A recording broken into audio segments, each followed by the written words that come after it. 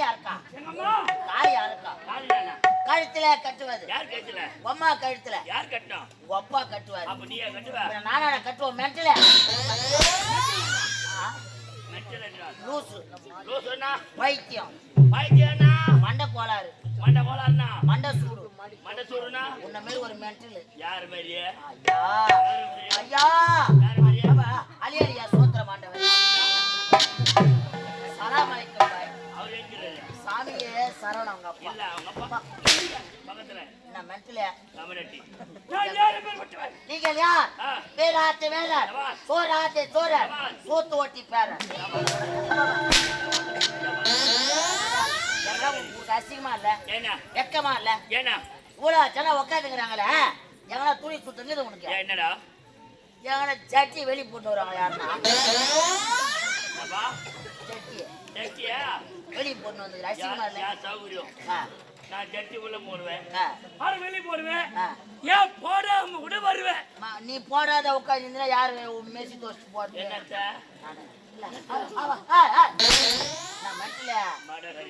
இல்ல கோயில் நான் தான் சாப்பிட்டு இப்ப அப்படியே பெரியண்டம் பண்ணி மேரிக்கிறேன் நானு சொல்லுவாங்கடா 4 ஊருக்கு அறுத்து போடலாம் போது செவடியா பையன ஐயா இது அம்மா ஜோர துண்ண ஐயா காலைல மாத்திரம் பேடுறான் அம்மா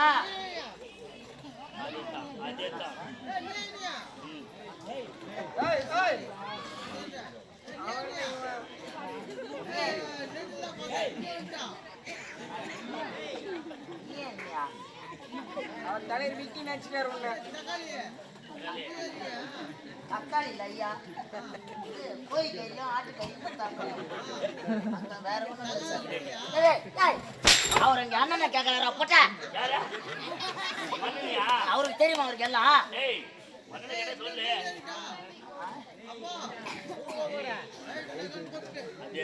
அதேதான்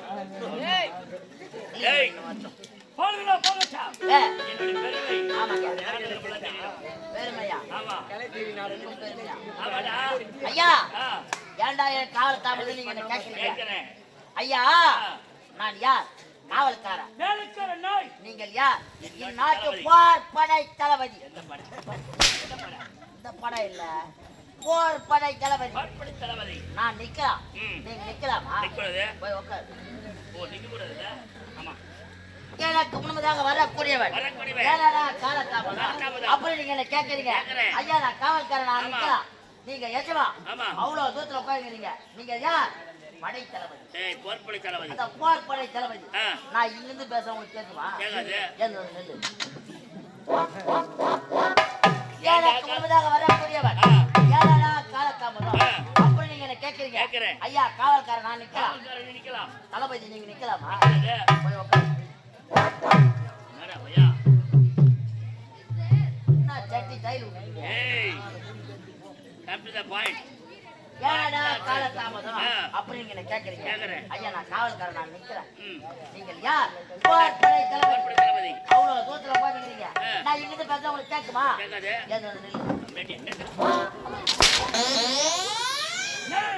அப்புறம் உட்காந்து சொல்ல உட்காந்துருவியா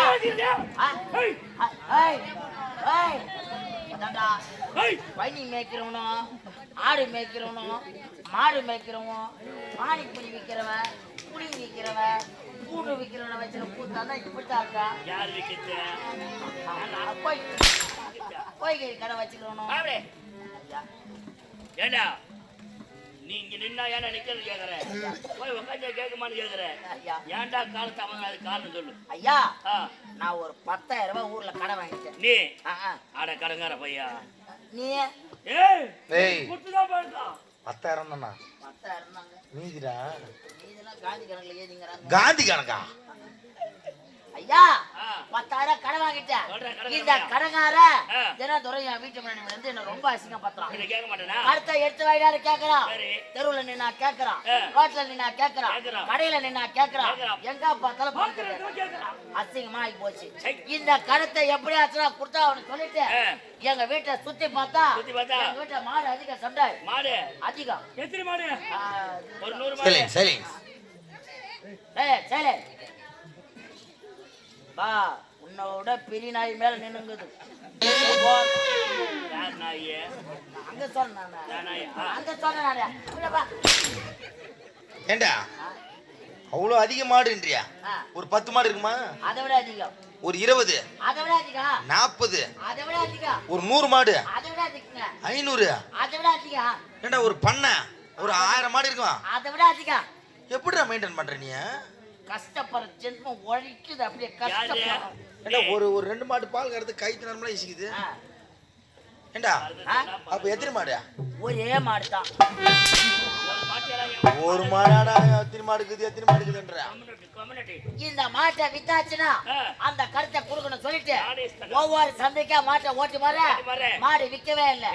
என்னடா இதுன்னு சொல்லிட்டு எங்க வீட்டு திண்ணை மேல உட்காந்து யோசனை பண்ணிங்கிற ஒரு பெரிய ஒருத்தர் எதிரில வந்தாரு. தம்பி நீ தினதூரமா மாட்டை ஓட்டி மாத்திரா பாக்குற மாடு விக்கலையா கேட்டார். ஆமா ஐயா விக்கல, என்ன பண்றீங்க? நான் சொன்னேன். அதுக்கு அந்த பெரியவர் நான் சொன்னாரு, தம்பி மாட்டை சும்மா ஓட்டி போனா யாரும் வாங்க மாட்டாங்க. மாடு காலி பண்ண ஓடி போனா யாரும் வாங்க மாட்டாங்க. மாட்டை சென்னைக்கு ஓட்டி போ வாங்கிடுவாங்கன்னு சொன்னாரு. டேய் உண்மைதான்டா. ஆமாங்க உண்மைதான். ஆமா பெரியவர் சொன்னாருல்ல. பெரிய மாட்டுக்கும் சின்ன மாட்டுக்கும் வித்தியாசம் அதிகம். நான் என்ன பண்ணேன், மாட்டை ஓட்டி ஆசி பீத்திரிக்கு போயிட்டேன். டேய் ஆஸ்பத்திரிக்கு மருத்துவ ஆசி பீத்திரியா? அதான் ஹாஸ்பிடல்ல மாட்டு ஹாஸ்பிடல் மருத்துவமனைக்கு ஹாஸ்பிட்டலுக்கு போறேன். மாட்டை ஓட்டி போறேன். அங்க கம்பி கட்டி வச்சுக்கிறாங்க. அந்த கம்பியில ஓட்டு போய் மாட்டை ஓட்டி போய் விட்டாங்க. மாடு இப்படியே நின்னுங்குது. மாடு 8 வரைக்குமே கழி குறுக்கல கழி ஒண்ணு கட்டிட்டாங்க. மாடு இப்படியே நின்னுங்குது. டாக்டர் வந்தாரு. கை கிளவுஸ் போட்டுக்கிட்டு மாடு அப்படியே தடவி குட்டினே வந்தாரு. மாட்டு வால் இருக்குல்ல, அந்த மாட்டு வாழை தூக்கினாரு. கை கிளவுஸ் போட்டிருந்தாரு. அப்படியே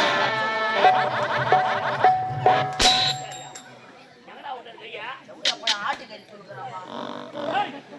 கையை வச்சு ஆட்டுக்கறி சாப்பிடுறேன்ற நான் கண்டுபிடிச்ச வாசனை வருதுல்ல. மாடு செனை ஆகி போச்சு. மாட்டு செனை 6 மாசம் ஆகி கண்ணுக்குட்டி போட்டுடுச்சு. குட்டியோட ஓட்டி மாட 30,000 மாடு வித்து போச்சு. 10,000 கல்யாண முடிஞ்ச போட்டேன். 20,000 என் ஜோப்பில போட்டேன். இதே மாதிரியே எங்க அக்கா ஒண்ணு வயசுக்கு வந்து 18 வருஷமா வீட்டுல உட்காந்துங்க. அக்கா ஒண்ணு 18 வருஷமா வீட்டுல இருக்கு. கல்யாணமே ஆகல. தினந்தோறுமும் ஒரு மாப்பிள்ளைங்க வராங்க பாக்குறாங்க போயிடுறாங்க. வராங்க பாக்குறாங்க போயிடுறாங்க. ஏண்டா கண்ணா மாலை கண்ணா சூப்பரா பாக்கு எங்க அக்கா. கலர் கருப்பா இருப்பாங்களா? ஆடாட எலுமிச்சம்பழம் கலர். முடி இல்லையா? யார் சொன்னது? சூத்துல அடிக்க முடி. நொண்டிக்காலா? ஆடா அழகா நடக்கு எங்க அக்கா. ஊமையா? யாரை பார்த்து சொல்ற? என்னடா எந்த கோரியுமே இல்லைன்ற அப்ப ஏன் கட்டணம் கட்டி போக மாட்டாங்க? இருக்கிற ஒரு பெண்ணை பார்த்துட்டு வேணாம்னு சொல்லிட்டு போறாங்க. ஏன் சொல்றாங்க? என்ன பண்ணுது தெரியாத என்ன மேல உட்காந்து யோசனை பண்ற. அந்த பெரியவரை நான் எதிரில பாத்துட்டேன். அடே அன்னைக்கு அந்த பெரியவரை சொன்னாரு, மாட்டை சும்மா ஓட்டிவன வாங்க மாட்டாங்க, மாட்டை சென்னைக்கு போனா வாங்கிடுவாங்கன்னு சொன்னாரு. நம்ம ஏன் நம்ம அக்காவை சென்னையாக்க கூடாது? மாட்டுக்கு மட்டும் வித்தியாசம் இல்லடா.